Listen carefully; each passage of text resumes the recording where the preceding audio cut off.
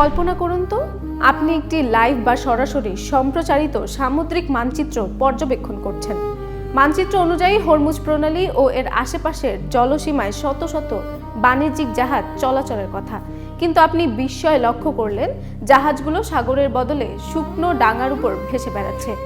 শুধু তাই নয়, অনেকগুলো জাহাজ মিলে মানচিত্রের উপর একেবারে নিখুঁত অস্বাভাবিক সব বৃত্তাকারে রূপ ধারণ করে জটলা পাকিয়ে আছে। এটি কোনো বৈজ্ঞানিক কল্পকাহিনীর দৃশ্য নয়, বরং ইরান, সংযুক্ত আরব আমিরাত এবং কাতারের উপকূলীয় জলসীমায় বর্তমানে ঘটে চলা এক অভাবনীয় বাস্তব দৃশ্যপট। সামুদ্রিক গোয়েন্দা বিশ্লেষকদের কাছে মানচিত্রের এই অদ্ভুত আচরণ একটি স্পষ্ট ও ভয়ঙ্কর বিপদের ইঙ্গিত, আর তা হলো জিপিএস জ্যামিং বা কৃত্রিমভাবে অবস্থান নির্ণায়ক সংকেতের বাধা প্রদান। মেরিটাইম কৃত্রিম বুদ্ধিমত্তা বা এআই প্রতিষ্ঠান উইন্ডওয়ার্ল্ডের জ্যেষ্ঠ মেরিটাইম ইন্টেলিজেন্স বিশ্লেষক মিশেল উইজ বকম্যান এই দৃশ্যপটটি সরাসরি পর্যবেক্ষণ করার সময় এতটাই অবাক হয়েছিলেন যে তার মুখ থেকে অজান্তেই বেরিয়ে আসে, হায় ঈশ্বর। হরমুজ প্রণালীর এই মানচিত্রের দিকে তাকিয়ে তিনি প্রায় ৩৫টি ভিন্ন ভিন্ন অদ্ভুত ক্লাস্টার বা জাহাজের জটলা শনাক্ত করেছেন। বাস্তব জগতে বিশাল আকারের জাহাজগুলো কখনোই এমন নিখুঁত বৃত্তাকারে এবং ঘনিষ্ঠভাবে জড়ো হয়ে থাকে না, আর ভাঙার উপরে ভেসে বেড়ানোর তো কোনো প্রশ্নই আসে না। মূলত এই জাহাজগুলোর জিপিএস স্থানাঙ্কে উদ্দেশ্য প্রণোদিতভাবে বিঘ্ন ঘটানো হয়েছে, যার ফলে মানচিত্রে এদের প্রকৃত অবস্থান সম্পর্কে গোপন হয়ে গিয়ে এমন অবাস্তব জায়গা দেখাচ্ছে। হ্যাসেল ফ্রি জীবনের smart companion Walton home and kitchen appliance.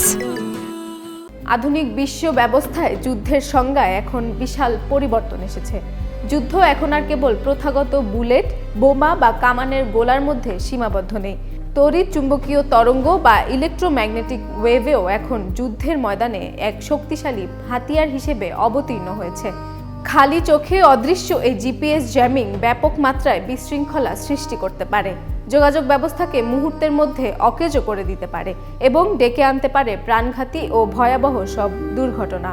Electric যুদ্ধ বা ইলেকট্রিক ওয়ারফেয়ারের কৌশলটি অবশ্য একেবারে নতুন নয়। সাম্প্রতিক বছরগুলোতে ইউরোপের আকাশপথেও জিপিএস জ্যামিংয়ের প্রভাব দেখা গেছে, যার মধ্যে খোদ ইউরোপীয় কমিশনারের সভাপতি ব্যবহৃত একটি বিমানও এই জ্যামিংয়ের শিকার হয়েছিল।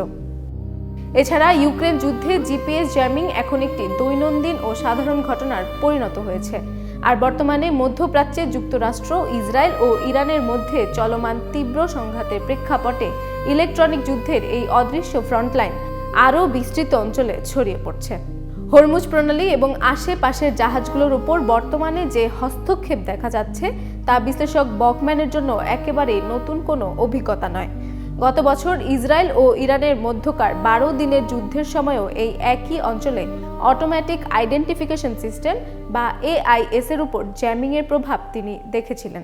তবে বর্তমান পরিস্থিতি সম্পর্কে তিনি সতর্ক করে বলেন, এবারের মাত্রা একেবারে অন্য পর্যায়ে।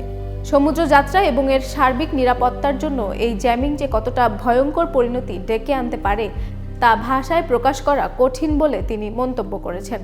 পরিস্থিতি ভয়াবহতা বিবেচনা করে পাকিস্তানের ন্যাশনাল হাইড্রোগ্রাফিক অফিসও এই অঞ্চলে জাহাজ চলাচলের বিঘ্ন ঘটার বিষয়ে আনুষ্ঠানিক সতর্কতা জারি করেছেন।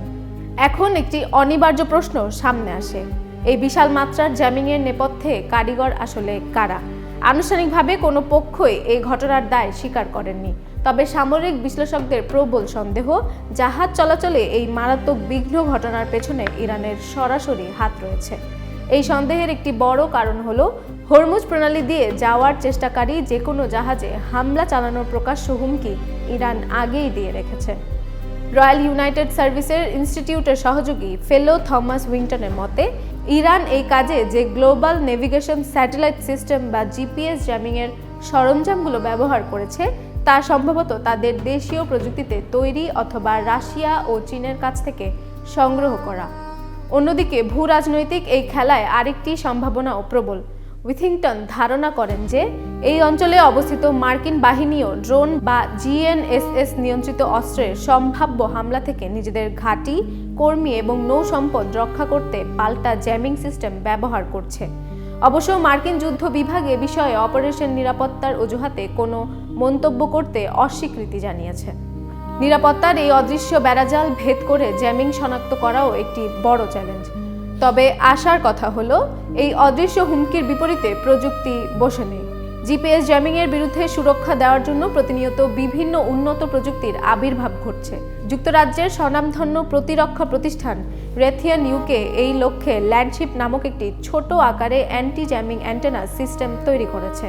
মাত্র একটি আইস হকি পাকের সামনে ছোট এই যন্ত্রটি গাড়ি থেকে শুরু করে বিমানেও স্থাপন করা যায়, যা জ্যামিং প্রতিরোধ করতে একাধিক চ্যানেল ব্যবহার করে। প্রতিষ্ঠানটির ইঞ্জিনিয়ারিং ডিরেক্টর অ্যালেক্স রোজ পারফিট জানিয়েছেন, বর্তমানে বিশ্ববাজারে তাদের এই অ্যান্টি জ্যামিং পণ্যের চাহিদা উল্লেখযোগ্য হারে বৃদ্ধি পেয়েছে। অনেক প্রযুক্তি প্রতিষ্ঠান আবার জিপিএস-এর উপর নির্ভরশীলতা কমানোর বিকল্প পথ খুঁজছেন। অস্ট্রেলিয়া ভিত্তিক প্রতিষ্ঠান অ্যাডভান্স নেভিগেশন এমন একটি সিস্টেম উদ্ভাবন করেছে যা জাইরোস্কোপ এবং অ্যাক্সেলেরোমিটারের রিডিংয়ের উপর ভিত্তি করে যানবাহনের নিখুঁত অবস্থান নির্ণয় করতে সক্ষম, যে প্রযুক্তি আমরা আমাদের স্মার্টফোনের স্ক্রিন ঘোরানোর ক্ষেত্রে দেখে থাকি। প্রতিষ্ঠানটির প্রধান নির্বাহী ক্রিস শ জানান, জিপিএস সম্পূর্ণ অকেজো হয়ে পড়লে তারা বিকল্প পদ্ধতি ব্যবহার করতে পারেন। এর মধ্যে রয়েছে স্যাটেলাইট ইমেজের সাথে চারপাশের ছবি উন্নত প্রক্রিয়াজাতকরণ মিলিয়ে দেখা এবং কম্পিউটারের মাধ্যমে আকাশের তারার অবস্থান বিশ্লেষণ করে পথ চেনা। ক্রিস শ মনে করেন, তারার অবস্থান দেখে পথ চেনার পদ্ধতিটি বেশ সাশ্রয়ী হলেও এটি খুব একটা নির্ভুল নয়। তাই সঠিক অবস্থান জানার জন্য একাধিক প্রযুক্তির সমন্বিত ব্যবহার অপরিহার্য। ইরানের উপকূলে এই জ্যামিংয়ের ঘটনা আমাদের দৈনন্দিন জীবনে ব্যবহৃত জিপিএস প্রযুক্তির দুর্বলতাকে চোখে আঙ্গুল দিয়ে দেখিয়ে দিচ্ছে। বর্তমান জিপিএস সিস্টেমগুলোতে ব্যবহৃত সিগন্যালগুলো অত্যন্ত দুর্বল হওয়ায় এদের সহজেই জ্যাম করা যায় না। রয়্যাল ইনস্টিটিউট ফর নেভিগেশনের পরিচালক র্যামসি ফ্যারাগের সতর্ক করে বলেন যে সাগরের জ্যামিংয়ের ফলে মারাত্মক দুর্ঘটনার ঝুঁকি তৈরি হচ্ছে। তবে তিনি ভবিষ্যৎ নিয়ে একটি ইতিবাচক ভবিষ্যৎবাণীও করেছেন। তার মতে, জ্যামিংয়ের এই ক্রমবর্ধমান প্রাদুর্ভাব অচিরেই প্রযুক্তি বিশ্বকে আরও সুরক্ষিত ও এনক্রিপ্টেড বিকল্প উদ্ভাবনের বাধ্য করবে। তিনি এর একটি চমৎকার তুলনা টেনেছেন ইন্টারনেট জগতের সাথে। একসময় ওয়াইফাই নেটওয়ার্কগুলো সম্পূর্ণ উন্মুক্ত ছিল, কিন্তু নিরাপত্তার খাতিরে আজ তা পাসওয়ার্ড সুরক্ষিত নেটওয়ার্কে রূপান্তরিত হয়েছে। জিপিএস প্রযুক্তির ক্ষেত্রেও ঠিক এমনই বিবর্তন ঘটতে যাচ্ছে।